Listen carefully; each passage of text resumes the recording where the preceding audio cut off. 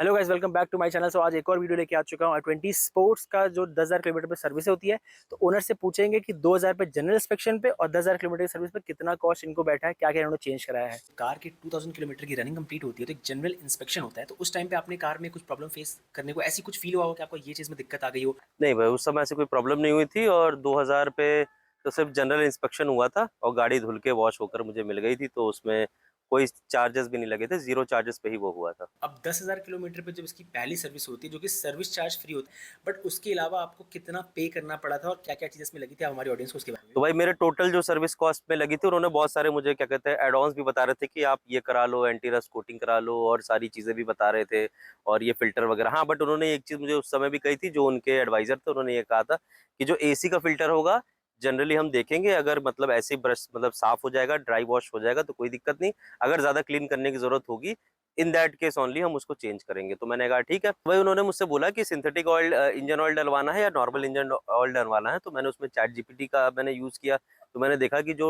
20W वाला जो engine oil होता है वो स्पेसिफिकली यूज़ होता है मेरी गाड़ी में।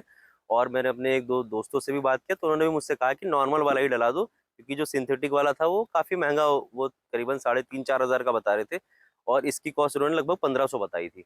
तो एक्चुअल जब क्या कहते हैं सारा जब सर्विस कॉस्ट जो मुझे फाइनल मुझे मिला, तो उसमें भी ऐसे ही कुछ था, 1350-1400 का मुझे इंजन ऑयल पड़ा था।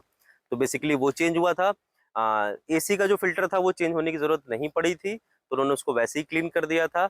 एयर फिल्टर चेंज हुआ था और इंजन ऑयल का जो फिल्टर होता है वो चेंज हुआ था। तो ये चेंज हुआ था और उन्होंने कार्ब एंड थ्रॉटल क्लीनर करके मुझे बताया था कि उससे थोड़ा सा माइलेज वगैरह थोड़ा सा बेटर हो जाएगा।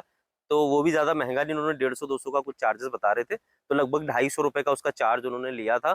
तो ये सब कुछ मिला के मेरा 2200 चार्जेस पड़े थे कंप्लीट, जो 10,000 किलोमीटर पे जो मेरे सर्विस कॉस्ट आई है। तो मुझे तो काफ़ी मतलब बहुत ही सही ये कॉस्ट लगी, क्योंकि हम जैसे बाइक वगैरह भी यूज़ करते हैं तो 1000 रुपये तो कहीं नहीं गए, 1000-1200 तो लग ही जाते हैं। तो काफ़ी सही थी। हाँ, बट ये था उन्होंने मुझे एड ऑन्स बहुत सारे कहे थे। एंटी रस्ट कोटिंग बता रहे थे, 2200-2500 की एंटी रस्ट कोटिंग बता रहे थे और भी वो मतलब बहुत सारी चीज़ें बता रहे थे, ऐसा-ऐसा कर लो। तो मैंने उनसे क्लियरली कह दिया था कि ये सारी चीज़ें आप हटा दो।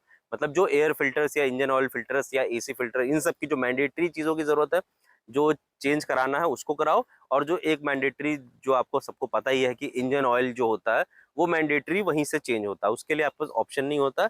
तो इंजन ऑयल मैंने चेंज कराया, नॉर्मल वाला इंजन ऑयल मतलब चेंज कराया है।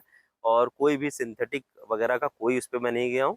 और गाड़ी की परफॉर्मेंस भी बहुत अच्छी आ रही है अभी भी। इसका एक और इशू हुआ था, जब ये करीबन 8,000 के समथिंग में चल गई थी, तब उसके बाद जब इसका रिवर्स गियर में लेता था तो कभी कभार वो फंसता था, तो वो थोड़ी सी मुझे प्रॉब्लम आ रही थी।